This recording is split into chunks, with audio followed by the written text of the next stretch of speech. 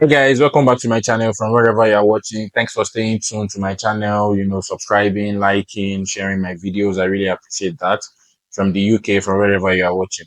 So today we are going to be looking at a couple of things. First of all, we are going to be looking at um, Ollie Watkins, and then we are going to be looking at Arteta's presser because in the weekend we are going to be playing Manchester City, and that is almost like a must-win match for us because obviously that match can say a lot about what is going to happen on the league table. So on Sunday, February 2nd, 2025, we are going to be playing Manchester City.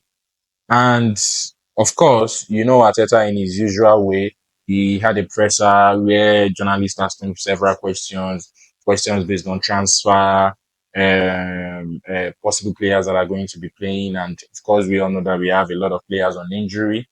So we are going to be addressing all of that.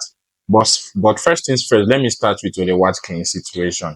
Now, just as seen on TV, I just watched Emirates, talk to journalists about the transfer of Ollie Watkins because of course Arsenal has been linked with Ollie Watkins. It's no longer news. If you support Arsenal, you will know that. Now, first things first, Ollie Watkins transfer is something that I have never seen possible. I do not see the way Arsenal is going to make sure that deal is possible. It won't be possible because of the fact that number one, we have gone so late into the deal. As at the time we want to say we want to get Ole Watkins, it's already late. I mean, the transfer window is going to be closing, I think, in about 90 or maybe, let's say now about maybe, say 90 something hours from now, which makes it quite difficult because it's going to be closing February 3rd. And today is the last day in January of 2025. So if the transfer window is going to be closing February 3rd, why is Arsenal going in for Ole Watkins at this time of the transfer? We have the transfer window open January 3rd, and we had to wait up until now to buy one of the most important players in Aston Villa. So to me, it looks like we are not serious. It looks like the board is actually just trying to gaslight the whole of the fan base.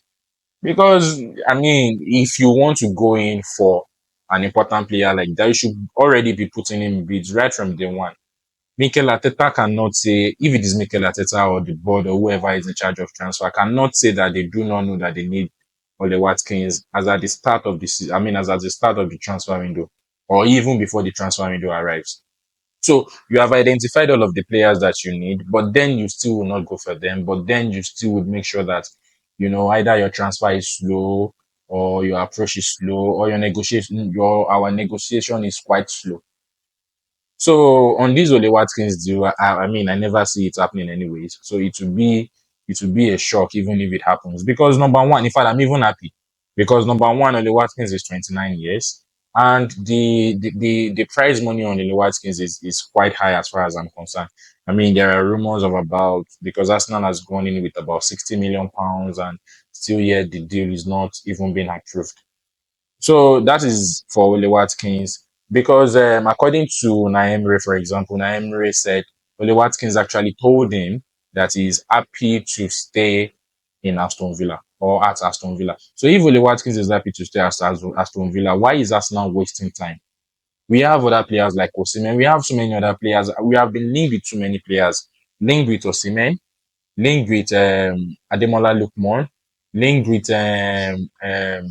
just so many players. I just can't remember all of them in my head right now.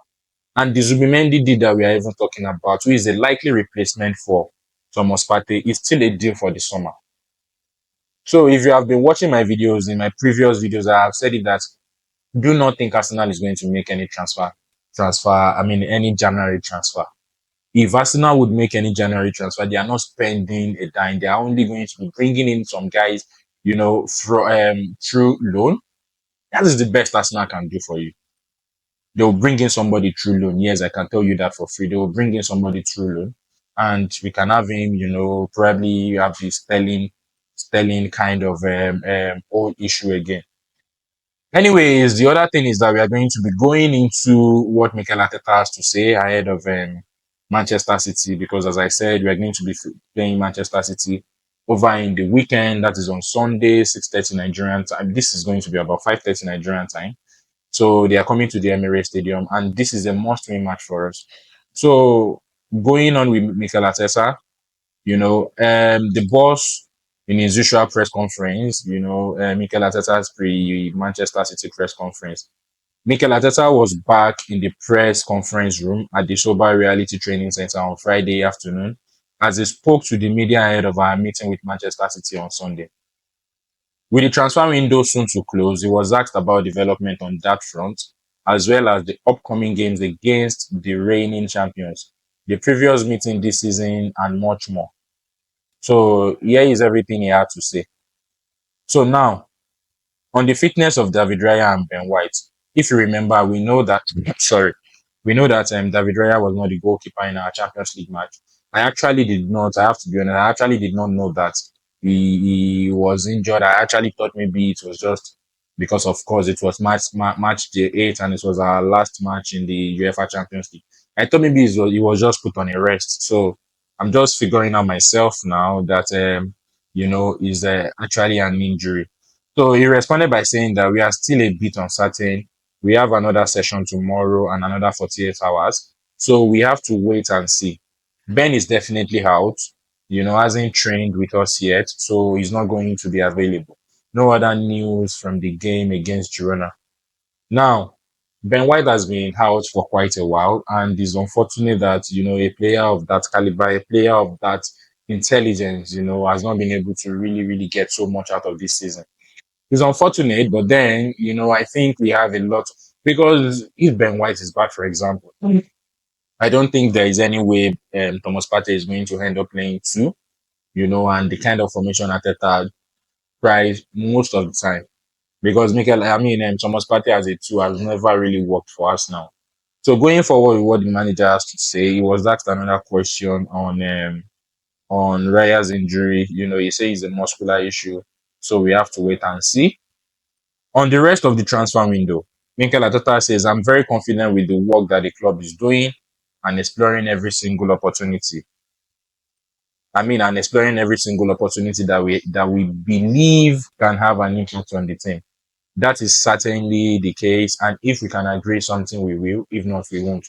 So this is exactly a way for Mikel Arteta to say that do not expect anything. Because at the end of the day, they are going to tell you that they have put in, a transfer request for Ollie Watkins. It didn't go through. It's not Arsenal's fault. So that is basically what Arsenal is going to tell you that okay, guys, we went in for Ollie Watkins, but Ollie Watkins did not go through. So please kindly understand what we are. We should be more than this already. If you are being honest with ourselves, we should be more than this already. We should actually be able to bring in real players, important players. We are third on the league table. We are second on the league table, and we are doing very well in the Champions League.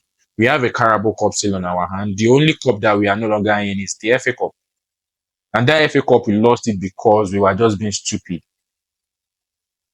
So do not expect so much. Mikel Arteta has already told you, according to what you can see here, and on if it's likely that we will be able to make a signing. So just about the same thing. He says we are trying everything that we can, but I don't want to give any reassurance or not. I don't know. It doesn't depend only on us. So our intention is clear, but the possibilities are affected by three parties. So what are the three parties? Maybe likely the player, the club, as well as the players and the two clubs that are involved. So they went on to ask him that on if we have unfinished business and point to prove against Manchester City. He said the business is to be better than them. That is it. The only thing I review is what happened during that match. How competitive it gets is normal when two big teams want to win the game. Nothing else from that side. So that day, I'm actually very interested in seeing, the continuation of Gabriel and Aland. If you remember the first leg, for example, where Manchester City was lucky to draw that match because, of course, we were in a good position as a 2-1 before Michael Oliver did this thing. Gave Trossard a second yellow card, turned it to a red card, went down by one man. And then, Manchester City actually They played and they were able to get another goal, which ended the match by 2-2. So I want to see the continuation of that. I'm actually excited for what is to come. And I'm also confident that Arsenal is actually going to win the match. Yes, Arsenal will win the match if you want to hear the facts. Arsenal will win the match because now is a very good chance for us to beat Man City. So continuing with what our manager had to say, on how he reflects on our previous game against Man City. He said, very disappointed after everything that we did for 99 minutes, but it is what it is. So, more like what I just talked about, the last time we played for 99 minutes, but they were able to actually get a goal. But of course, Mikel Oliver, so I don't want to go into that. I did some videos. In fact, I did a video today where I would like you to watch. The video actually talks about why I think there's a bias in the EPL against Arsenal. And you might have to watch it. Watch it. I did that video today as well. You can go to my videos, or perhaps I will link it up somewhere around here. So he said on his commitment knowing about Man City. Of course, I know because I was there for 4 years. So I know how competitive they are, how willing they are, and how they can sustain that competitiveness regardless. Then win and win again. That is what I meant. So on if the relationship with Pep Guardiola has been affected, he said he said if it had, we wouldn't have been on the phone talking to each other, messaging each other, and deserving and willing to have the best. It wouldn't happen. So of course, this means they are still very good friends, regardless of the fact that he is now the manager of Arsenal. Pep Guardiola remained, manager for Manchester City, and having worked in Manchester City for 4 years, you know that story. So, on how the rivalry has developed between us and Man City, normal is two teams trying to win, of course. On how decisive these results could be in the title race. So, this result is a very crucial one. Very very crucial one. So it would be a big boost for us. Winning big matches is always something special. Every time we play a big match against one of our big rivals, it brings something extra. The confidence, the emotion, the fact that they are there and continue to win, for that we want to achieve. So winning tomorrow is going to be something very, very important, no doubt about it, because winning tomorrow will make sure that we keep the pressure on Liverpool as well as being able to stay in the title race. We could have lost that match against Wolves, but I mean, gladly we did not. We were able to win by 1-0 with all the things that happened in that match. But then we are looking forward to Manchester City. I hope we really win that match so that we can keep the pressure on Liverpool. And Liverpool tomorrow, I think Liverpool is playing Bournemouth, right? So if Liverpool is playing Bournemouth, it's also going to be a tough one. It's not going to be a walkover match. I think they're playing Bournemouth, so it's going to be a tough one.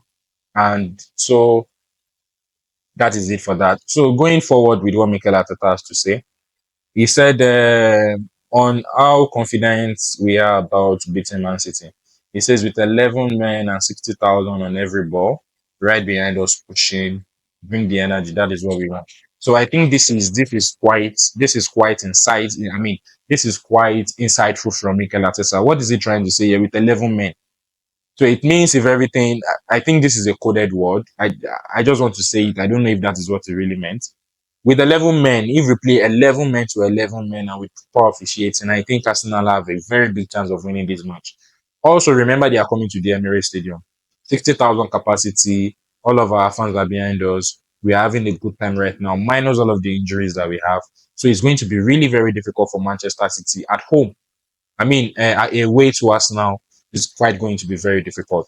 So, I mean, continuing with what Mikel has to say, he says, yes, so here are the transfer talks. He says, on a rumored bid for Ollie Watkins, I'm not going to talk about any individual. As I said, we are actively looking productively to find a solution in that position, and we will see what that market brings.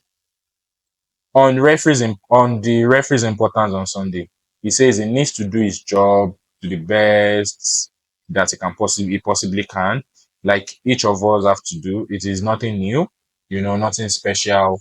We are just going to focus on what we have to do from our side to be better than City and try to beat them. So I hope the referee do not make the match about them because I've always been making the match about them.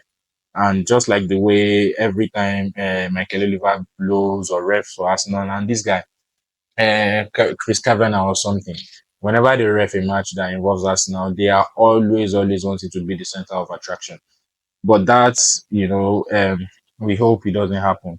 So on if Sunday is a must-win game, he says we really want to win every game we have on every game we have two on paper. It is that way. So on whether he has been surprised by Man City's inconsistency, he says I don't know, but that is the beauty of football. It's not that simple and it's much more complicated than what you think in June, July, or August. Sorry. So he went on to be asked some other question on, on whether he wants an experienced player or a young one to come in. He says we don't really look at the market in those terms. We look at what we have in the squad, what we are lacking, and what can, really impact and bring something that potentially can make us better, regardless of the age or sometimes the background that they have. It is a real belief that a player can be really good for us over time. Please do not bring anybody in that we have to be. I mean, our club is no longer a training session. Bring in people that are proven. Don't bring in people that will now come into the to Arsenal and we are now going to be the one to actually begin to start to train them. No, we don't want that. And if it is a must to bring in a striker, he says it doesn't depend on us. We have the intentions, purpose, and ambition to try to help the team and support the squad to be better and to finish the season really strongly. And we are actively trying to do that. Mikel Arteta will never ever answer a transfer question. He is always finding a way to deflect the question. So on Ethan Waneri and Meisler with Kelly's progression. Of course, we know these two individuals are from our academy and they have been performing really very well. Waneri scored against what was the name of this club? The one we played in the Champions League. I'm always forgetting their name. And then of course Lewis Kelly has been playing well as a three. He has been really playing well. He has been shuffling time between him and then Califiori, and just about now Zinchenko does not even have a say in the team anymore. Almost about that. So Zinchenko probably might also be leaving us now to, I think, Inter Milan. So I don't know how quick that will be done. So Mikel's question on them was, on Etanu Waneri and Miles Lewis Kelly progression. He said, first of all, they have earned the right for us to trust them. That is certainly the case with those two. In preseason, we probably wouldn't have projected how many minutes those two were going to play in the league and in the Champions League. Probably we wouldn't be talking about that number that they have already achieved. That is again credit to them and everybody that is contributing to that. And if they continue to perform, they will continue to play, certainly. So Mikel was asked again on whether the result on Sunday's game could affect the deadline day. He says the result, no. Hopefully, but not obviously if something happens that is not planned and puts the squad in a much more dangerous position. It might do, but that would mean that we hadn't planned anything and we are just reacting on something, last seconds, which is not good. So I can tell you categorically that this is what will happen. Arsenal are going to react in the last minute and bring in somebody that we don't need. Take it or leave it. They are going to bring in somebody that we don't need.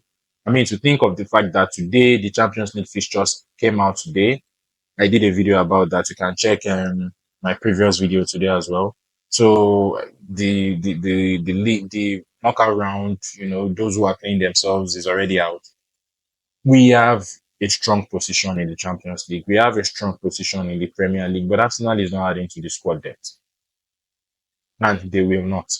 So just forget anything Mikel has to say about this. So on if he knows if Guardiola feels City are still in the title race, I think it is very obvious that it is a yes. We don't have to discuss that. On Elinana's comments to him after the game in September, I don't take anything personally. What happens on the pitch for me, and since I have been a player, stays there. Is fully emotional and things and is fully emotional and things, and I just leave it aside and move on. Okay, that's nice to know. On Kayaba's performance, He's been our main striker for a while now, and he's producing some big numbers, and his work rate is unbelievable. Not only that, but not only that, but what we demand him to do in our model. His availability has been exceptional. So he's always there, and we are happy to have him. Yes, Kai Havertz has a very, very good work rate. Delivers well on the ball, is able to move the ball, plays with team, energetic and all that, but he cannot score goals. If we want to keep using Kai Havertz as our striker, he cannot score goals. That is actually going to be a suicide. Let us get in somebody for goodness sakes. Kai Havertz, it doesn't take away from the fact that Kai Havertz is a good player. But I think he's going to be better in a system where there is a proper striker and he can play behind. But using Kai Havertz as a lone nine is not really working. That dude is a hardworking footballer, but he's not able to score goals. I've made videos previously where I talked about if Kai Havertz has the ability to be able to score more goals, he will probably be one of the most important players globally. So, anyways, guys, this is the roundup for Mikel Arteta's presser. In preparation for Manchester City, and also the discussion on Ollie Watkins and every other thing like that. Please remember to kindly drop your comments in the comment section, like and share my video, and more importantly, do subscribe to my channel and turn on your post notification. I really, really appreciate all you do. Thank you so much. Let's get to 1,000 subscribers. I'll see you soon.